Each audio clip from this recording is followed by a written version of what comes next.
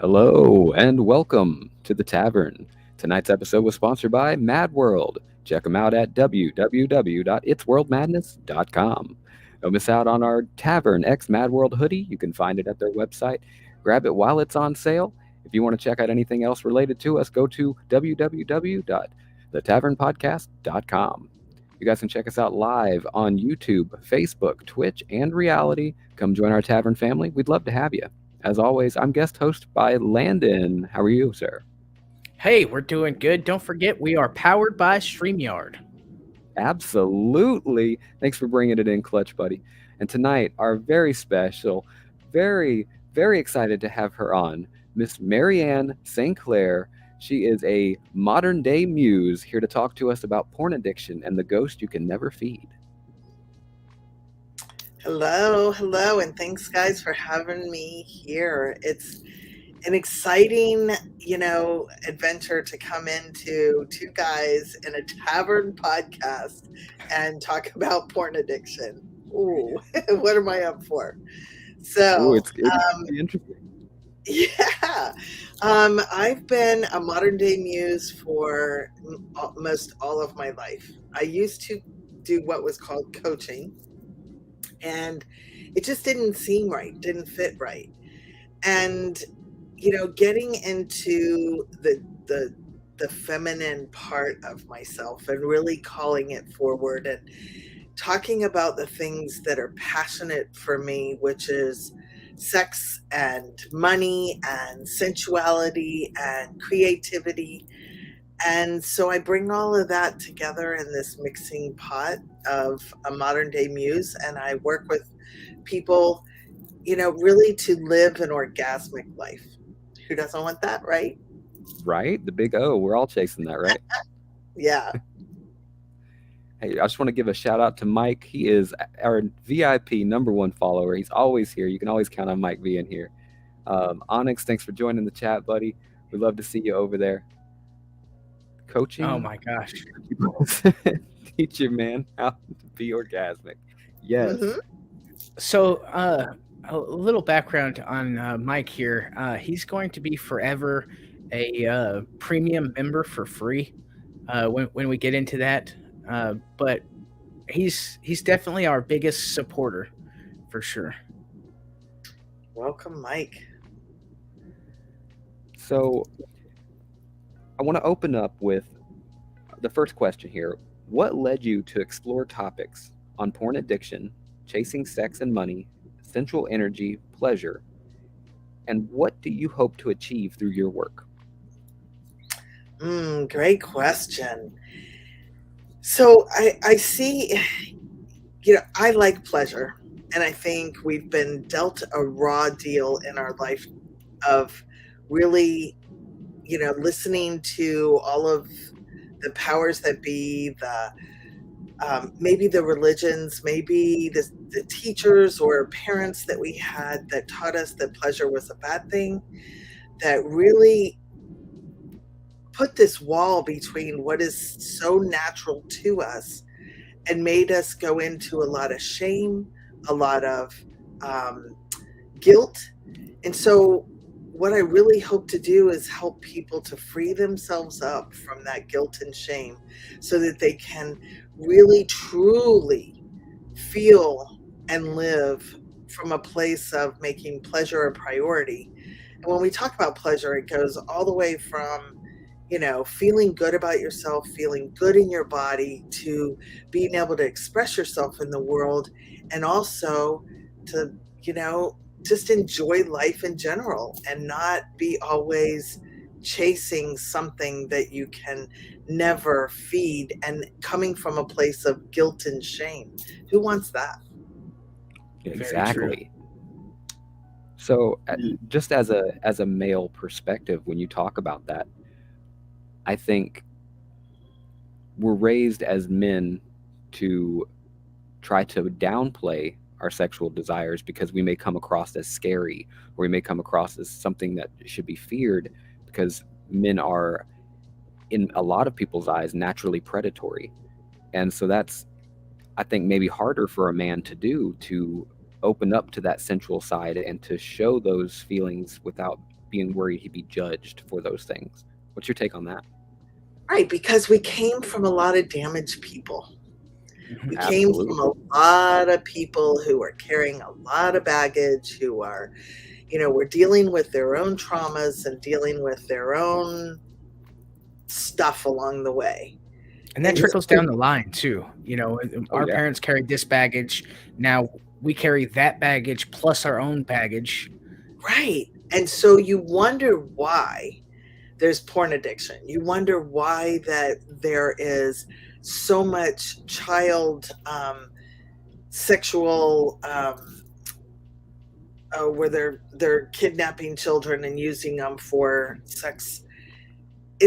When all of this is pent up in a bunch of shame and blame, and when you don't feel comfortable in your own body, you don't feel comfortable to express yourself.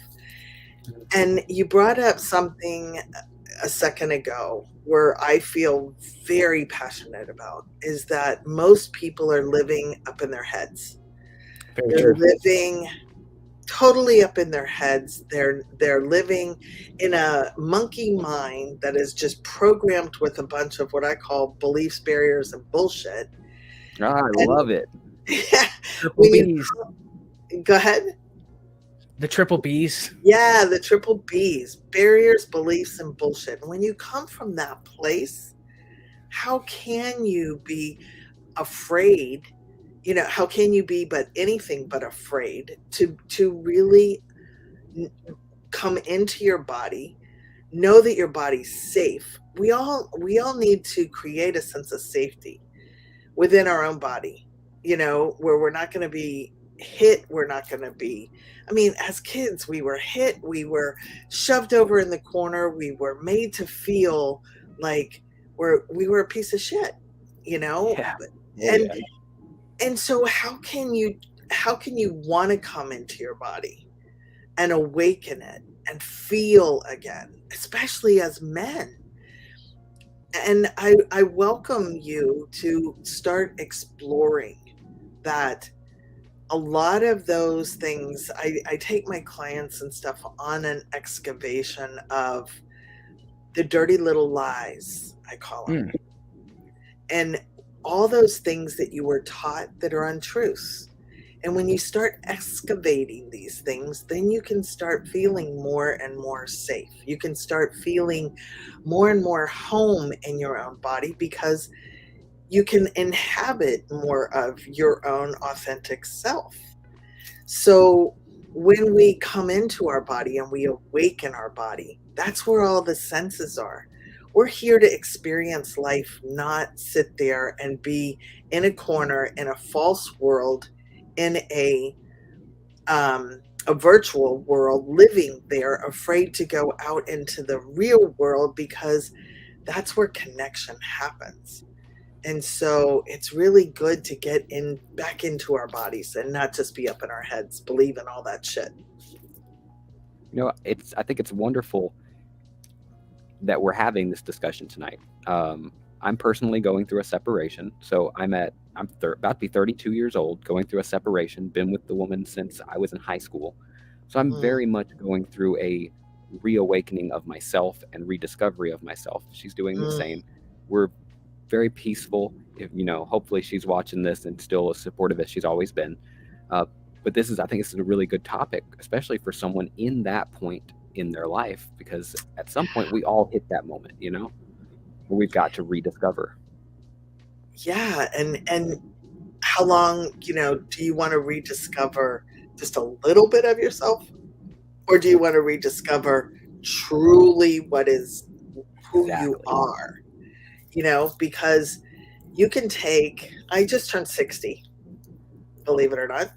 And I don't really believe that. I was about to say. I wouldn't have said that number.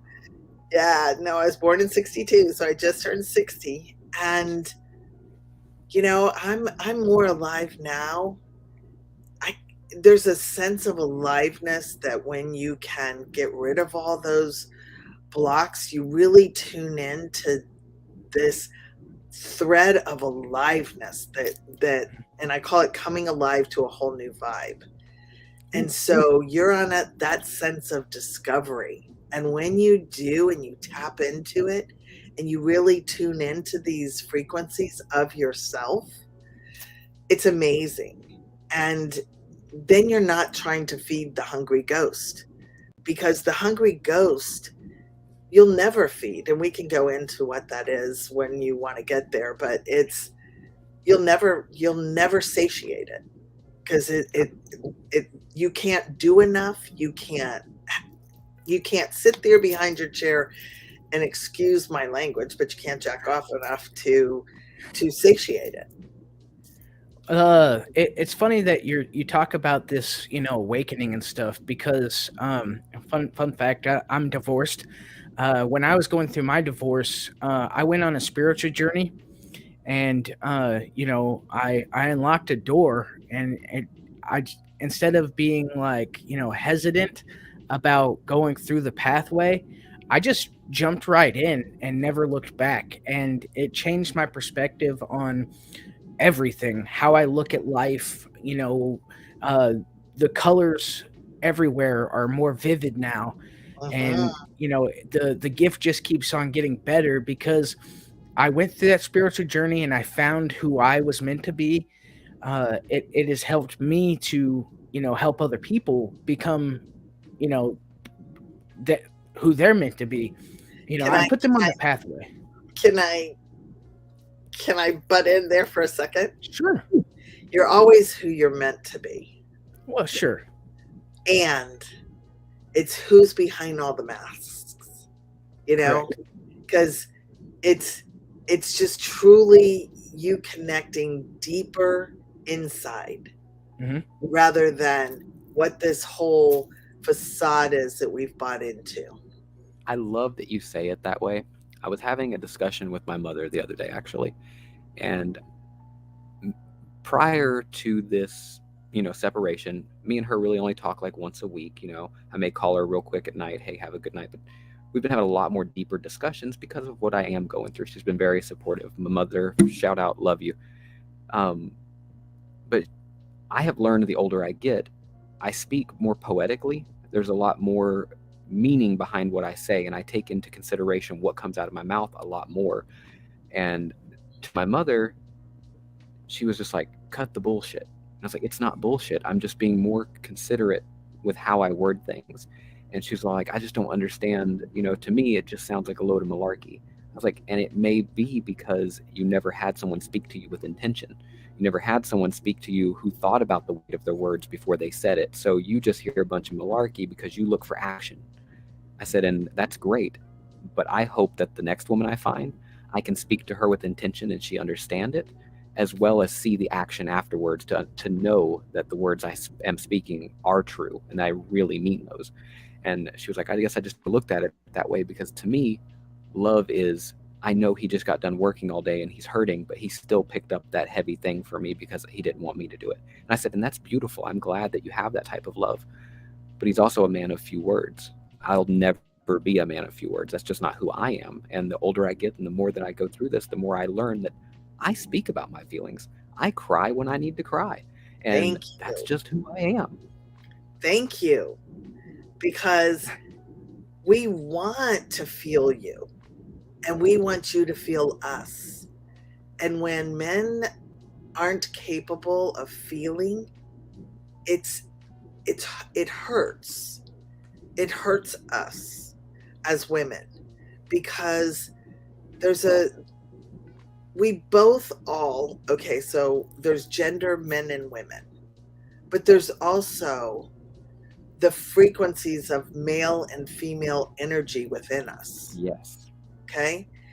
And when you are not tuned in and tapped in and turned on to your female part of who you are, that's where we're seeing a lot of burnout, is because people are strictly coming from their burnout. I mean, from their masculine. They're in the rat race. They're logical. They're not in touch with their feelings and living in their body. And so when you can be expressive and sharing and being part of, a fully integrated human being, having that compassion and having that vulnerability to share your feelings. Hallelujah. Because Absolutely. we're all just human beings. And Mhm. so I celebrate that in you. Thank you. I You're welcome. appreciate that. It's nice to hear that, my feelings aren't in vain and that others are welcoming that change in me. Well, I want it's to take a not moment all. and say hello, Chloe. Welcome, my Chloe with a K, consistency. Thanks for showing up as always. Chloe mentions, what about they, them? What is your take on that kind of thing? Awesome. Oh, thank you, Chloe. There's they, them, because we have masculine and feminine in us. And so there is, all of you are welcome. The they, them, the she, the he, the him, her. It's all of it is welcome. Hopefully that answered your question there, Chloe. Landon, you want to take that next question in the list? Because she did mention the hungry ghost, and I feel like you'd be good on this one. Oh, I thought I was going to take the third one. How do you define the hungry ghost, and in what ways can it manifest in addiction, obsession, or other destructive behaviors? So this is not my term. This is a wonderful, very credited family therapist, Mateo Gabor Mateo, and you can find them all out on YouTube and everywhere. But he talks about the hungry ghost being that part that you're trying to, any kind of addiction, any kind of, that's what we're trying to feed. We're trying to feed that part of us that somewhere along the line, through trauma, through being some form of trauma, there was this severed part of us, severed part of us, and we're always trying to feed that part, feel loved, feel comforted, feel happy. But it's until we go in and really start excavating that, and finding those parts of us that want to be seen, heard, felt. When that 6-year-old little kid got left behind or got raped or whatever happened at that 6 to 7-year-old little kid, and sometimes even earlier than that, there's parts of us that we left behind, and we're trying to feed it by these addictions, and it never gets satiated. You can try until you're blue in the face, but until you go and you find out, why don't I feel loved? Why aren't I happy? What is behind there? And where am I, not trusting myself or not trusting others? A lot of times we build walls so thick and so big that nobody could penetrate it. A wife, or they may be loving us with all that they have, and we'll never feel it if we don't find out what's behind. And so the concept of the hungry ghost is something I just really encourage you to go out, look at more, research his work, and dive into it. What is it inside of you that's keeping you going into an addiction? Smoking, pot? Let's just, look at it, because they think that pot is a gateway drug. No, it's what's behind there I think pot is great. Right. Do you go on to the next thing? Do you alcohol or whatever you're trying to bury yourself, numb your feelings, make yourself to where you can cope in life, is what you're trying to feed. And those just are never going to do it. They're just building a wall, and they're keeping you in a place where I say you're dead while you're still living, and I'd rather be fully alive. I totally agree. So you mentioned these addictions, and we're specifically talking about porn, for example. Mm-hmm. So, and you mentioned earlier, you said you could never jack off enough. So now imagine that on a perspective for men and women. If they are trying to cope with fear, anxiety, doubt, self image, whatever it is that they're battling, and their choice of drug is a porn addiction or masturbation, what does that say and how does that affect their trauma? They get sad and they masturbate to, I guess, escape reality. And then what's your take Well, on that? they get it. They get a hit. When you have an orgasm, you get a dopamine hit. You get a feel good hormones, and so, but it's very temporary. And so it's like, with any kind of drug or any kind of, when you're, if you're taking an opiate or you're taking a drug of some sort, you take a little bit the first time and you really get high, and then you need more, and then you need more, and then you need more. It's the same with porn. And so what happens, I'm not saying that watching a porn with your girlfriend, in an intimate with intention is a bad thing. I'm not saying that. I'm saying someone who's escaping reality, who's wanting to feel better for a minute, and they have that release, that high that takes the pressure off. What they're doing, what you don't realize you're doing with porn addiction, is you are letting your life force go. So you're not, sexual energy is the most potent energy we have. It is the most, you think about it, it's when you have sex with a woman, you can make a baby. That is bringing life into being. When you learn how to cultivate your sexual energy, you can put it to an intention, and you can begin to create things and magnify the things that you want in life, because you're putting that sexual energy towards it instead of just trying to release. Because I hear over and over again, when somebody is a porn addict, that they feel tired all the time. They feel sad. They feel like they're more and more reclused from life and the things that they want. They want to have an intimate relationship with a woman, but they can't because they're fearful. And so the more they keep this closed closet addiction, and then they're that every time that semen goes out, every time that life force goes out, without, like, you can have a orgasm where you keep it in, and that is so much healthier than letting this, the orgasm out and the life force out, because you're just giving your precious energy to nothing. Never thought of it that way, did you? No, that goes right down the rabbit hole, Alice. Yep. I want to take some time and just say welcome, Mikaru. Thank you for joining the chat. Go ahead and drop a follow, become part of our tavern family. We'd love to have you. So my question for you there, when it comes to, you're saying a release and that life force, and this is something I have tried to explain to people in the past. I have friends who have been through things, or I had a friend recently.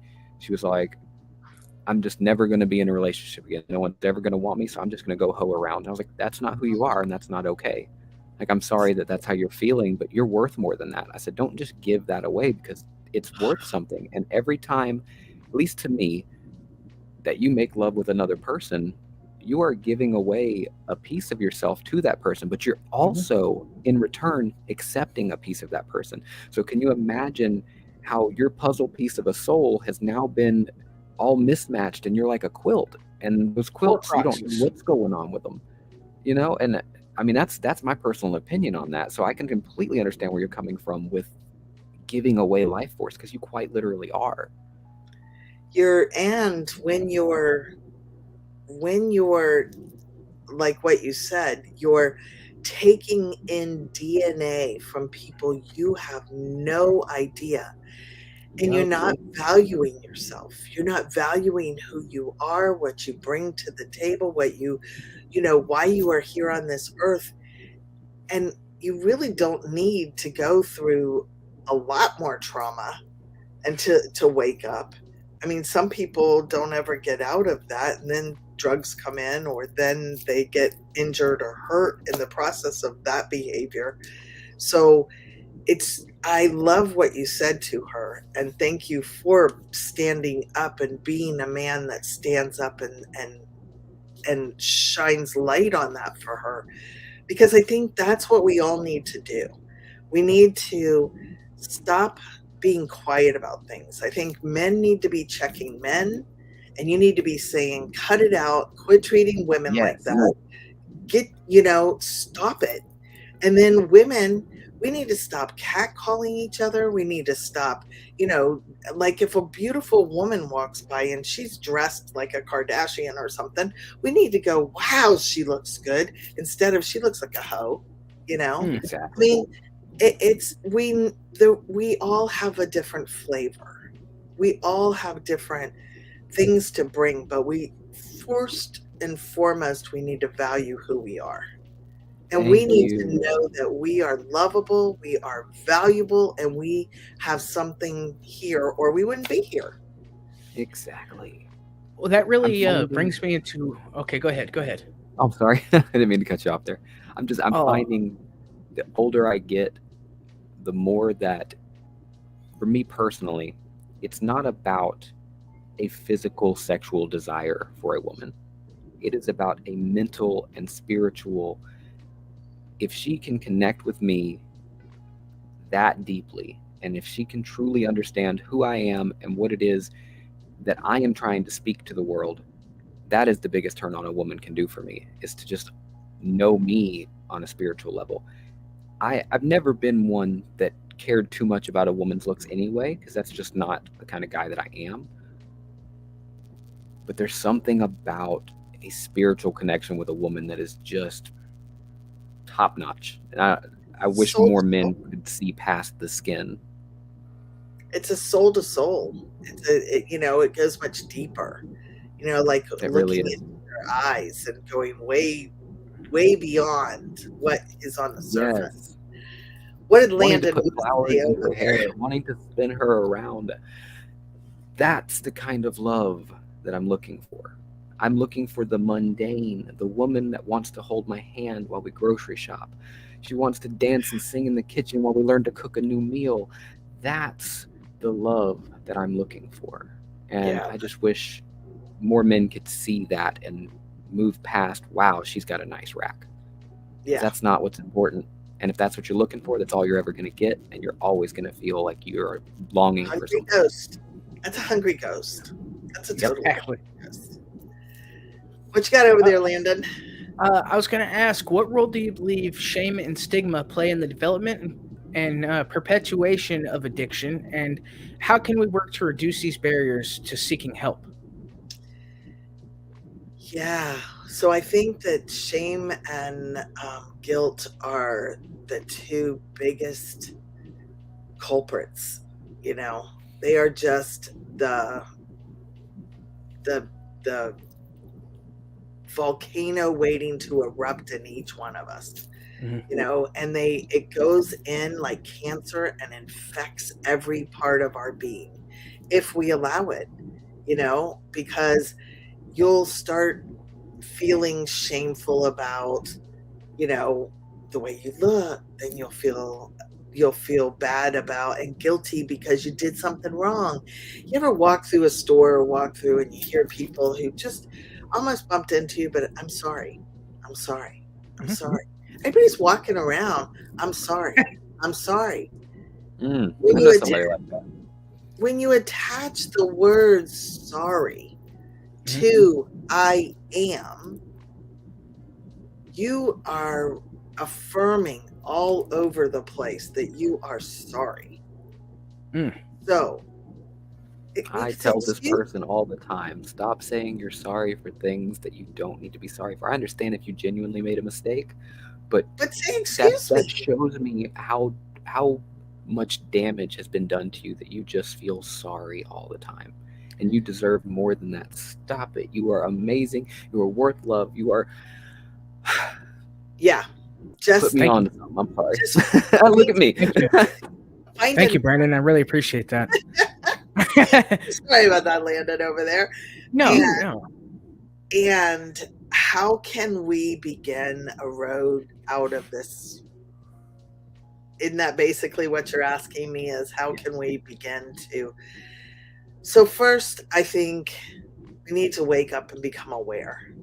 We need to wake up and become aware of what the internal talk is that we're saying to ourselves all the time.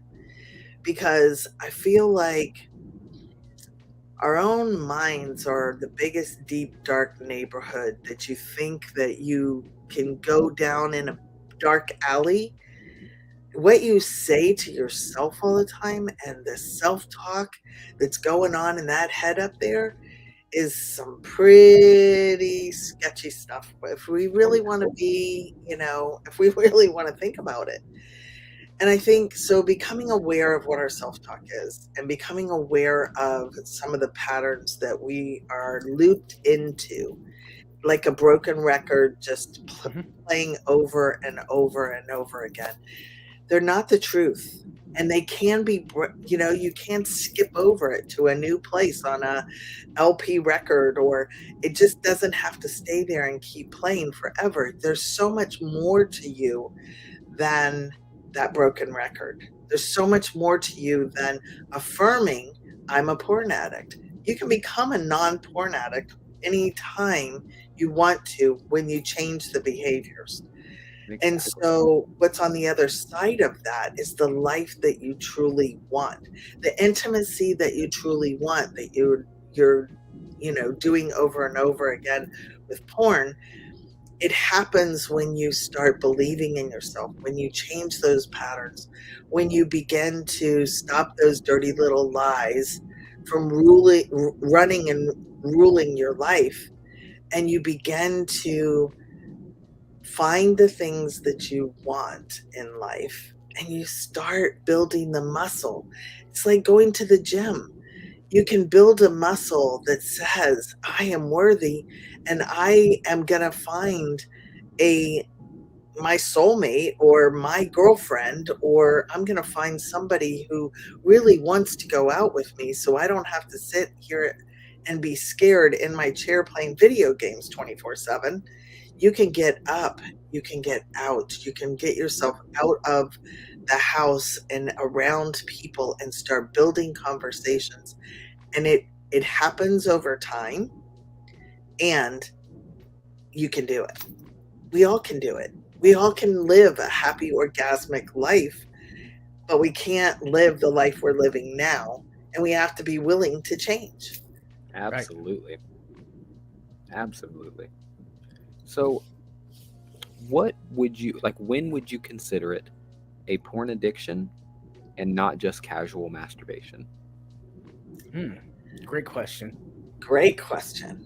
So, what's the intent behind it? Ooh. Ooh. Hmm. Are you filling a void, or are you truly just getting your rocks off real quick? Yeah. I guess Maybe you're that makes trying to go to bed a little early tonight, it. Sometimes, we like to. There's some sensual, beautiful. If I can't be with a lover, or I can't engage in having a massage, being able to look at a very sensual, beautiful, erotic massage is not something. It's an art form. It is not something.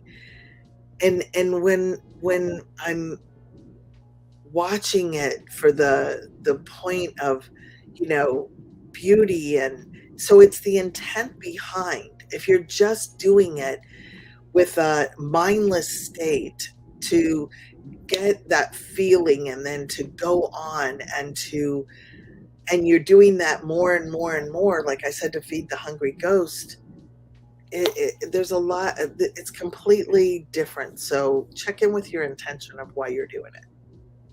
That's a good way to put that. It's the same, I think, with people who drink. Are you going out on the weekend and having a drink with the guys because you guys are having fun tonight and you're just shooting pool, or are you going to the bar and drink because you went to the bar to drink? Or did you Is that the go only home reason? every night and have to take that six pack to be able to go to sleep at night, or to be able to stand your girlfriend, or to be able to, look at yourself in the mirror, or whatever you're running from? Did you need to drink every night, or are you going out to have a good time with your Yeah, friends once a week, once every 2 weeks, whatever, and, and you drink a couple drinks, but you're not drinking to get drunk? exactly. Hmm. Exactly. It's a big Intention difference. is a lot. It's a big thing. I totally agree. Thank y'all over here in the chat for all the stickers and all of the gifts and all the likes. I really appreciate everybody. You guys We are get amazing. I just want to take the time to remind conversation. you that. Yeah, it's a good conversation. We're up to 599 likes already, Sweet. so they're loving it. They just keep pouring in. So, Landon, you want to take the next question? I've been pretty vocal Yeah, lately. I was just getting there. We're kind of trading off here as we go. How do you think the societal norms and culture expectations around sexuality and gender impact our relationship with sexual energy and pleasure? Yeah, well, I can only do it from the woman's standpoint, and I can ask you guys to give me, but I can tell you what my clients have said, and I can tell you what my research has said, but I can't tell you what it is to be in a man's body to know that. Um, I think that there's so much that stop doing that because you look like a sissy, or stop, you know, there's so many times that we are made to toughen up, or we're made like we're wrong because we acted a certain way, when all we did was act a certain way.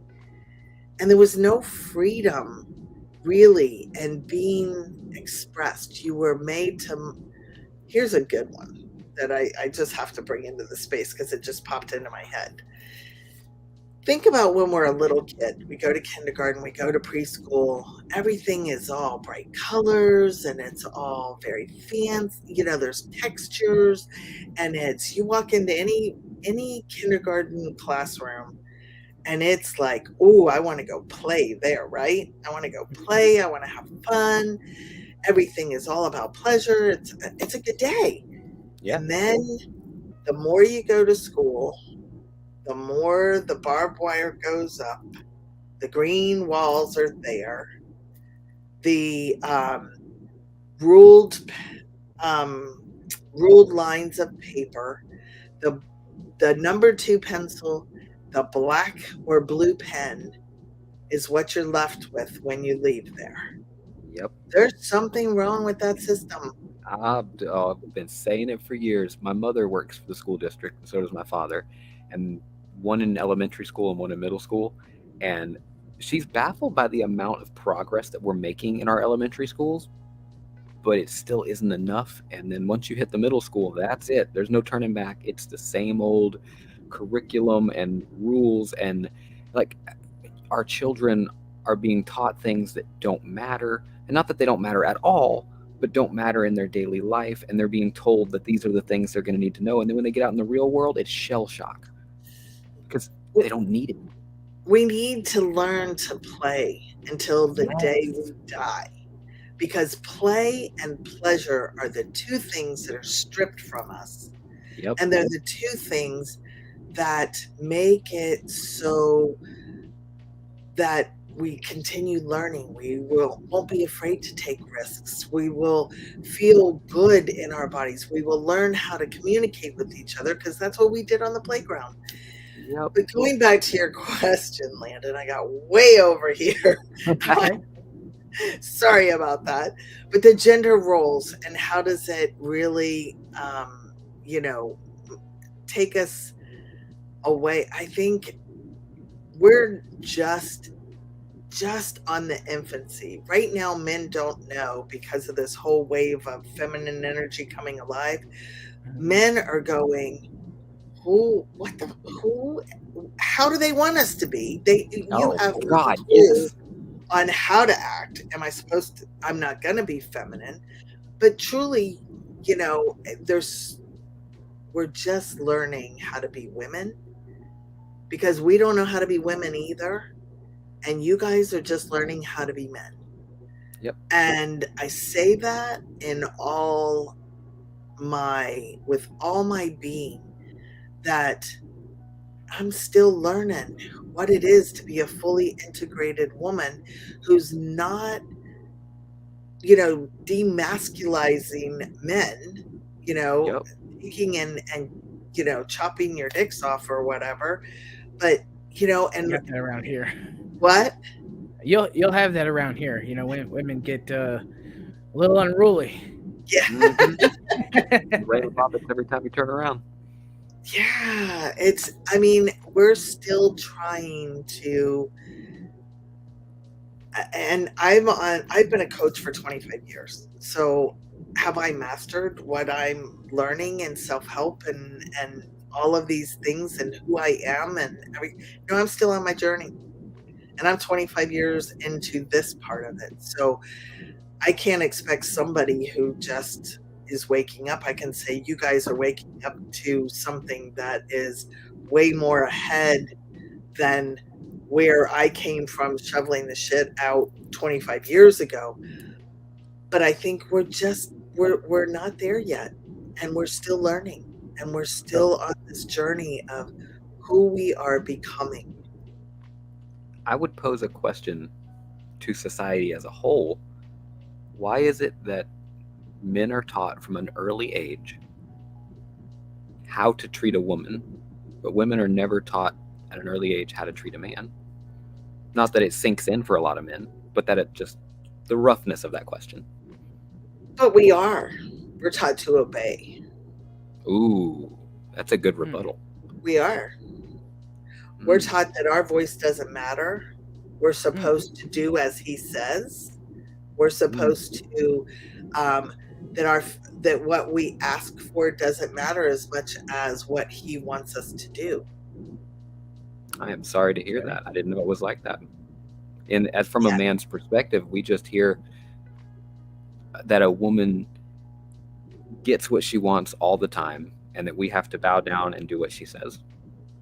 And you've got to be nice to a woman. You've got to give her everything. And then if she decides she wants to leave, you have to let her have everything. And that you don't matter as a man and as a father if you don't have something you can provide. As a man, that's the things that was drilled into our heads every day. You're not allowed to have feelings. Protect.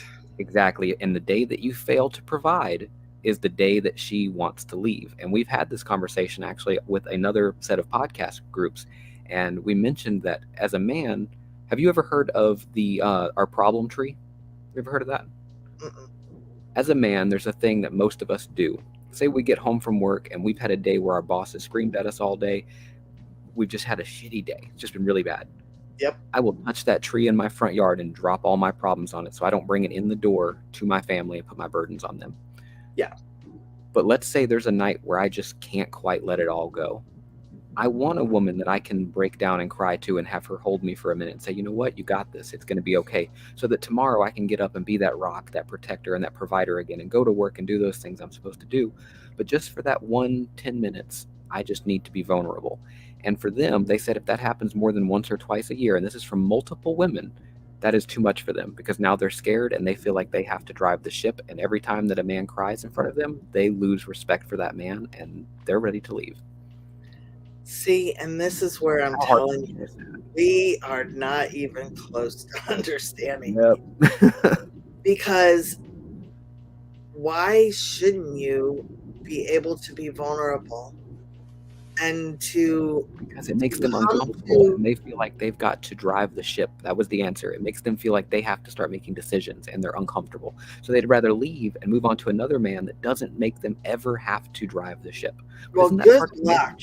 Good luck. Yeah, isn't that part of a marriage, though, to both be able to steer where the direction of your life is going?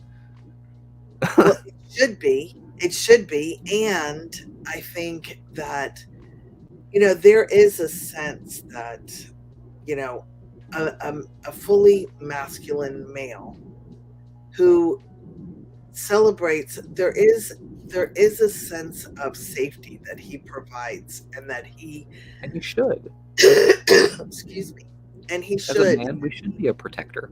so that we can blossom in our feminine, because we can't let go. But there's nothing to say that you've got to be a wall, and you should not have feelings. I don't want to be with somebody who doesn't show me their feelings, because let me tell Exactly. you, then you've got a problem, because it's a time bomb waiting to blow up. You've got to be able to come and say, I just need to be held. I Yeah, just just for, even need for a minute. I need you to hold me. And that's the vulnerability that the woman is not wanting to give to the man, Exactly. because she needs him to be always there, because she's not able to hold herself.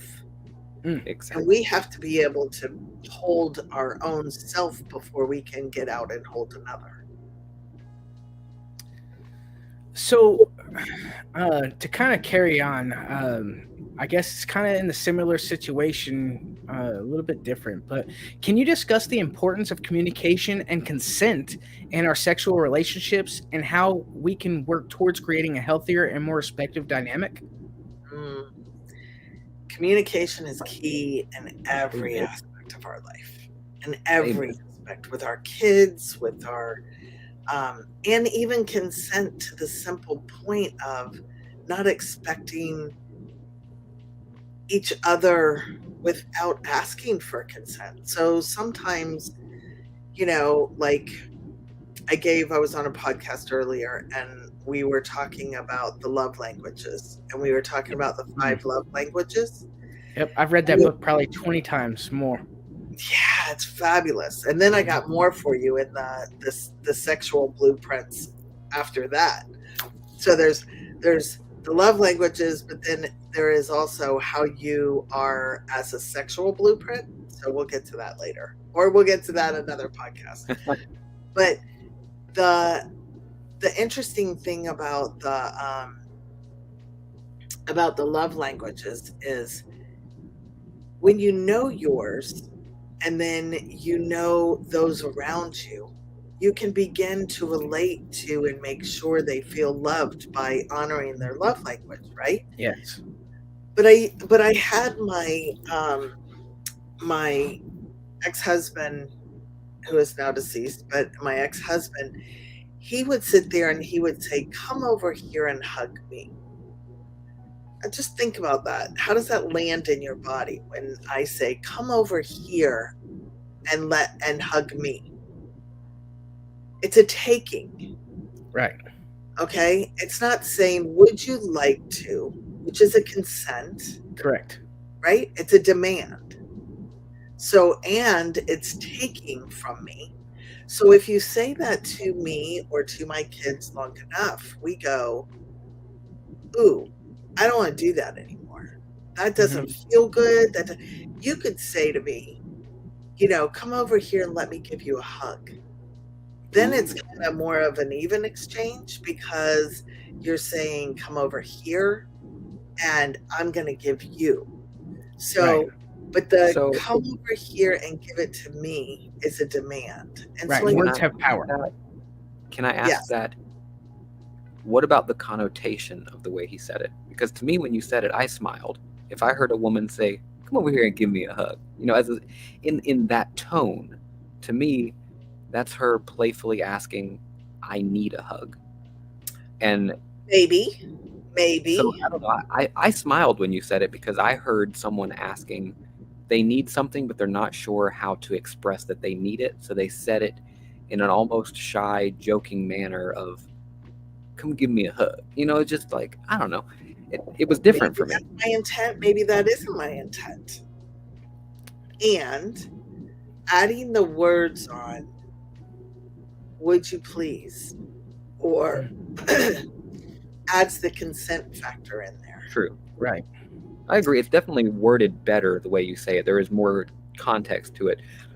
I didn't feel the negative connotation until after you explained it. Because to me, Right. if someone said that to me, I just felt it was they don't know how to express it properly. They haven't learned how to communicate it better. So it's kind of cute. Like we can work on that together. We can figure out how to express that better later. But right now, it's kind of cute. Yes, until it got said to you enough times, Gotcha. and then you start getting resent because Okay. it's a one-way street and it's taking. Yes. And you'd eventually feel that. Yes. Because eventually you'd be like, what the heck? She never At some comes over point, and gives me a hug. Yeah. So I think consent is we need to start looking for it all over the place. Because there's a lot of places where we just take other people, and the way we ask, the way we communicate, and the assumptions, like you were kind of assuming there, Yeah, and weren't absolutely. necessarily, whether or not that was true or not. So I know we've gotten in our culture, the Me Too movement, and we've gotten into this place of with the equity and inclusion and everything, we've gotten to this place of being scared of that word consent. But I think when it comes to our sexuality, I think we really need to take a step back and take an inventory of how we're engaging, how we're asking, our communication, our way of communicating, body language. We don't just communicate with words. We communicate with body language. Going over and maybe, like, I used to have a boyfriend who used to come up and smack me on the back or smack me on the ass. My love language is kinesthetic, is touch. When you come up and you give me a hug or you give me a endearing, but you come up and smack me, it's like you are it's like reverberating, like you just hit me with a frying pan. And so that's another way that, if I've expressed it over and over that I don't like that, that's a violation. Absolutely. Correct. Of You my see, boundaries. one of my love languages is also physical touch. And anytime I tell any kind of, woman or anybody, they're like, well, all men say it's physical touch because y'all just love sex so much. And, I'm like, it's not about that for me. Yeah, okay, sex is cool. I love sex just as much as anybody else. But, showing me that affection, giving me that hug and, showing me that love, holding hands, sitting close to each other, that it fills my cup up. Putting a hand on your shoulder. Yes, exactly. Just some kind of and you need to explore for yourself, because sometimes that real light touch drives me nuts, whereas I like more of a firm touch.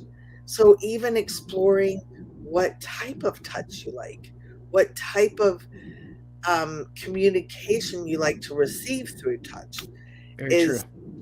And if someone said that to me in the way that those people were saying that, I really would be pretty sure that I would not engage in any further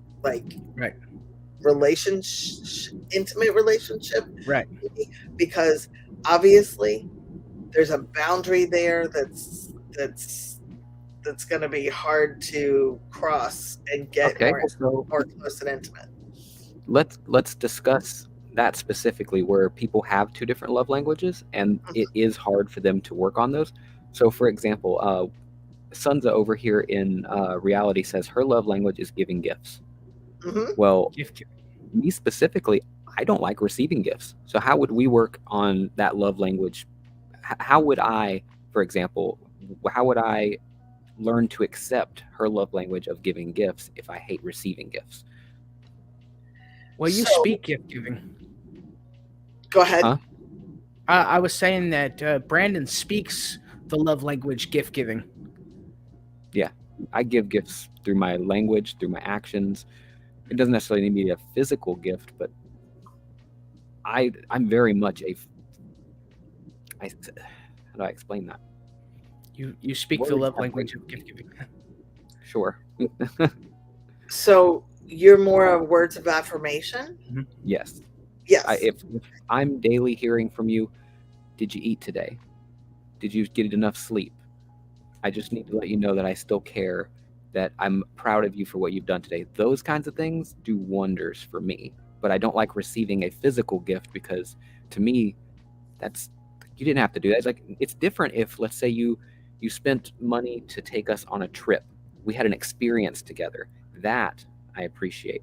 But giving me, oh, I saw this cup at the store today and it reminded me of you and I thought you'd want it. To me, that's like you're wasting your money on me. That it's just a cup. I don't need You that in know my what life. you're But if doing? you had spent that on lunch and you handed me lunch and said, "Hey, I wanted to make sure you ate today," that same $10 that you spent on a cup, you spent on lunch, I would appreciate it more. Does that make sense? Okay, so you're letting her know that. You're letting her know that, but you're also defining how she wants to express her love to you. Okay. That's hard. Yeah. That's hard because you're saying, I didn't like what you gave me. And so you're pushing away her love and you're also making her wrong for the way she's loving you. Mm. Which builds trauma. Big time.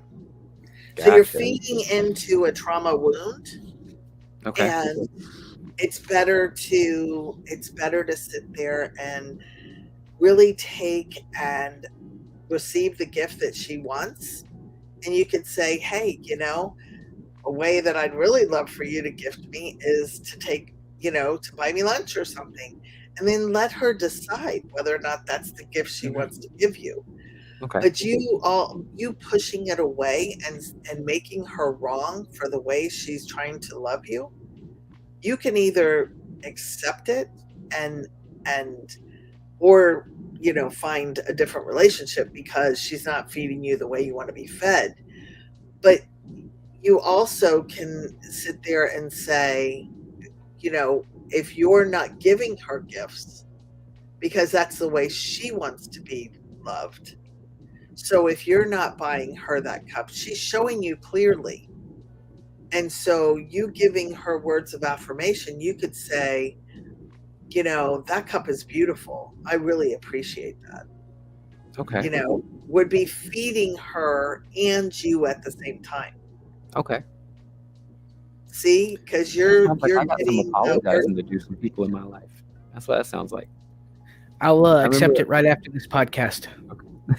I remember in the past, me and the ex-wife actually talked, and she said, one time, because we're really good about communicating and trying to work through our wounds, right?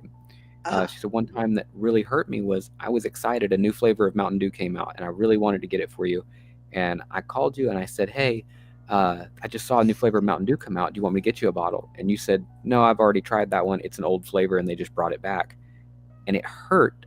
You didn't big mean to time. hurt me, but I was That just was really excited to buy you that Mountain Dew. Yeah, that and was stab. I think I got some apologizing to do. Yeah, that's a stab.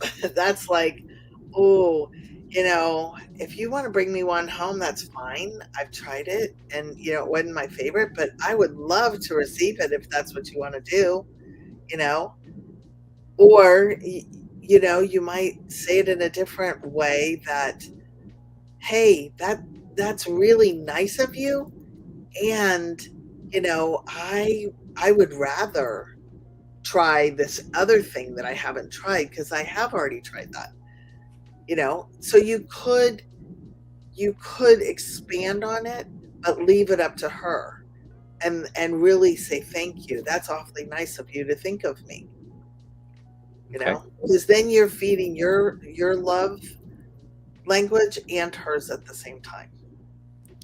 So my question for you is how would we approach self-care and self-compassion in your work with individuals who are struggling with an addiction or compulsive behaviors?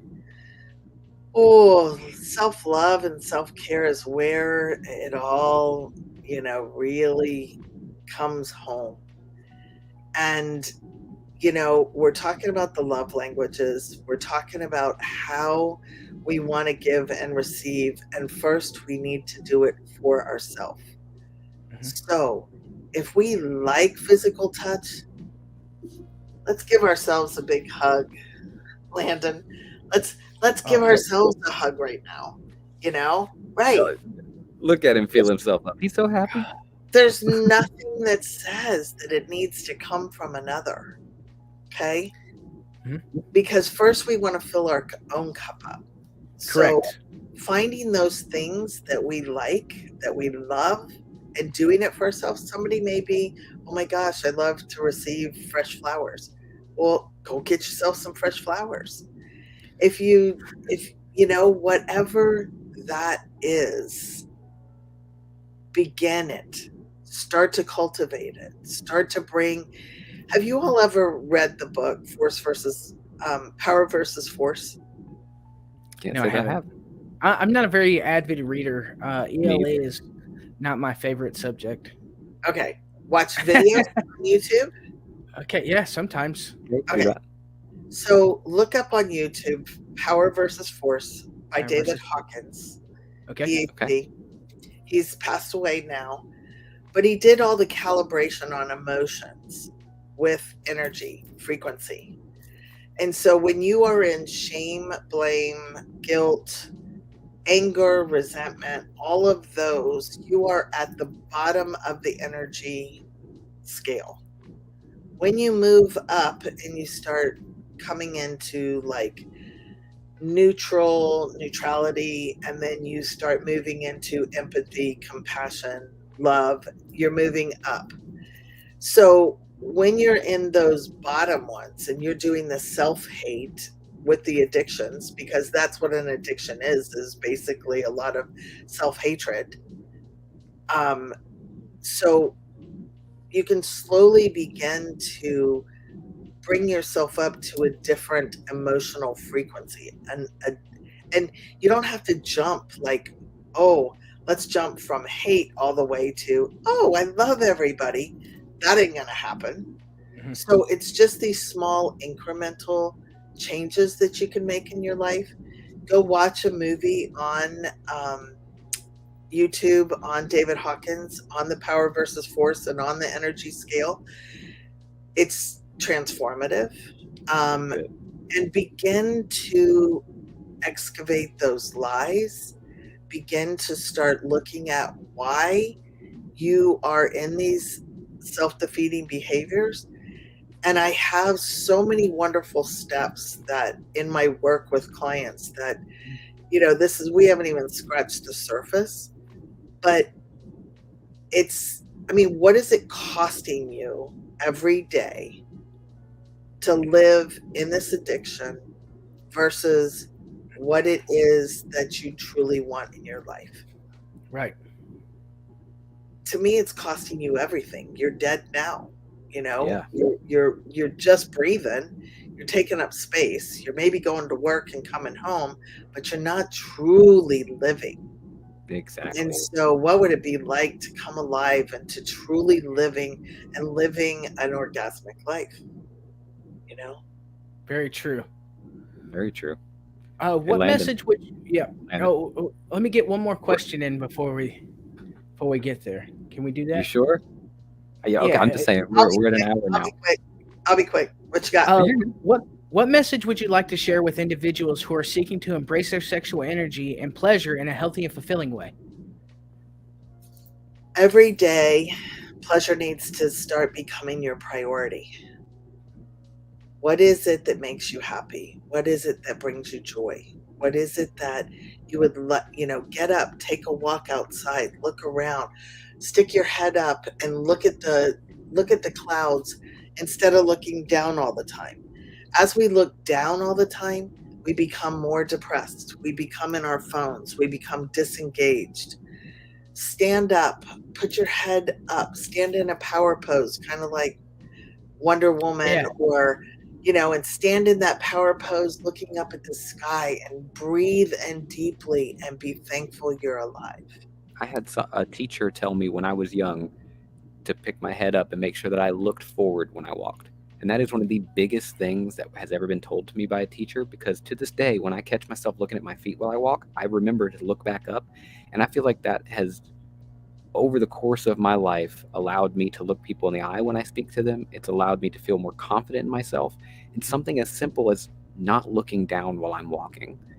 I can't remember the teacher's name, but bless their soul for giving me that advice, because I took it to heart. And I think you're absolutely right. We got to start looking up, looking forward, anything but down. Yeah, down is you're bringing yourself smaller. Mm-hmm. You're bringing your energy down. And think of how many hours a day. If somebody's looking at their phone, if they're sitting there, how over time their posture, they're not thinking clearly because their energy is not all aligned. So I think that's some key points that will help on that journey. It's funny that you mentioned the power pose, because they say that if you hold the power pose for a minute, it actually builds super confidence to get you through the day. So doing that first thing in the morning, and would be a great thing. So for our last and final question that we Drop the ask bomb, Landon. every podcast episode, what is one question you wish we would have asked you, and how would you have answered that? Yeah. Okay. So you didn't ask me what orgasmic living is, and how would I answer that? I think orgasmic living is when you are living true to who you are, not caring about what anybody else, thinks of you or about you, or how you dress, what you're doing in the world. As long as you're not harming somebody, as long as you're not putting something that really is going to, be a disruptor in society as far as hurting someone, I think we all need to live with pleasure as our priority. We need to play more every day. We need to live life as our playground, and we need to connect and have more love and make more love.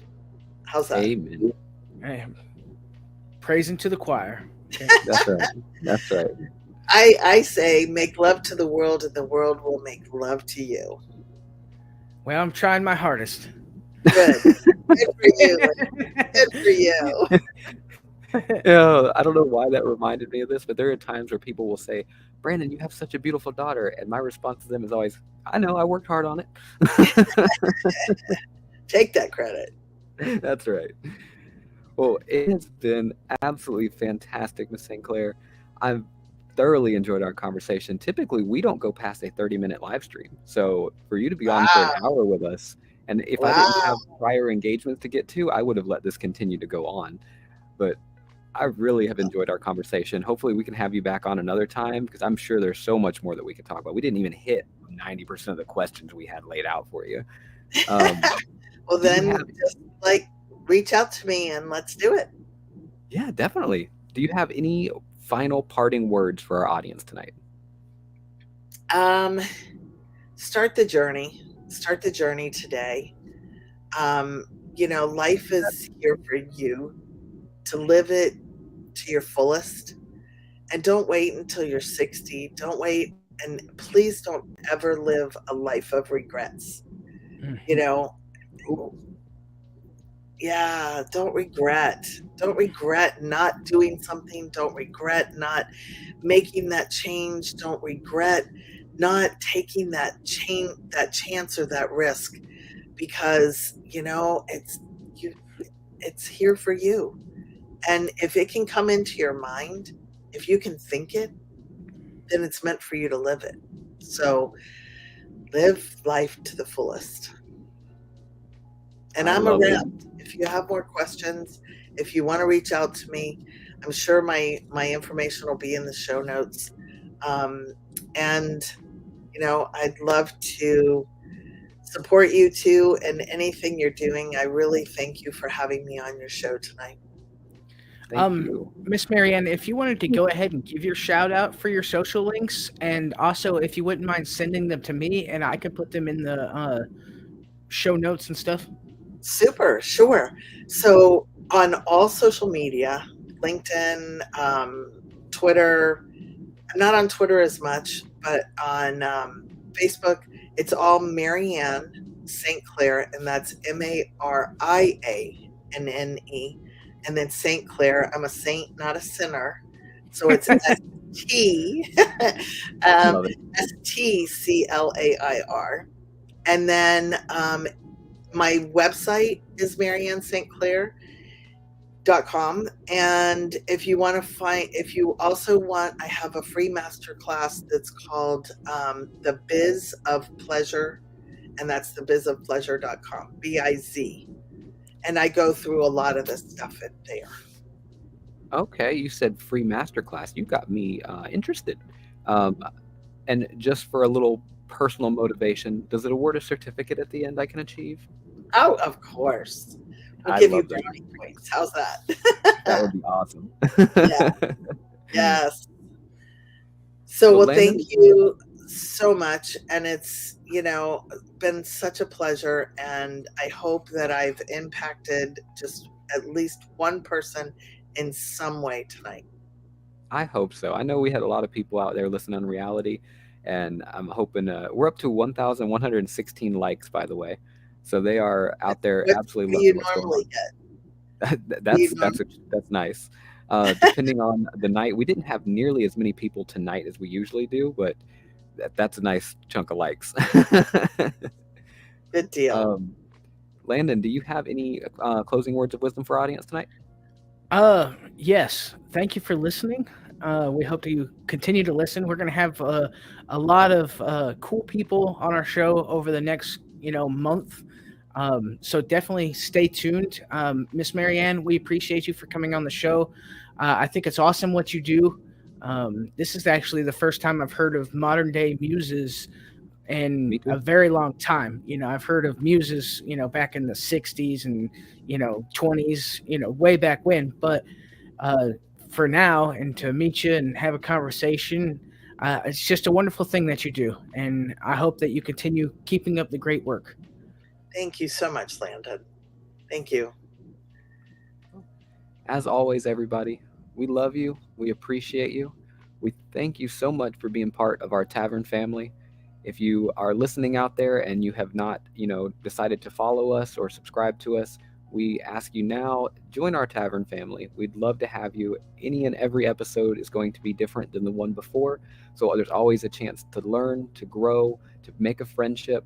You don't have to go out to the bar, people. You don't have to do those things when you're not comfortable. So if you've had a day where your social battery is drained to zero, get your favorite drink, get your favorite snack, crawl in bed, come on down to the tavern. Let us be your bartenders for the night where you're safe and you're in bed. And if you get a little too tipsy, you can go right to sleep. You're already home because you're always at home when you're at the tavern. So thanks for stopping by the tavern.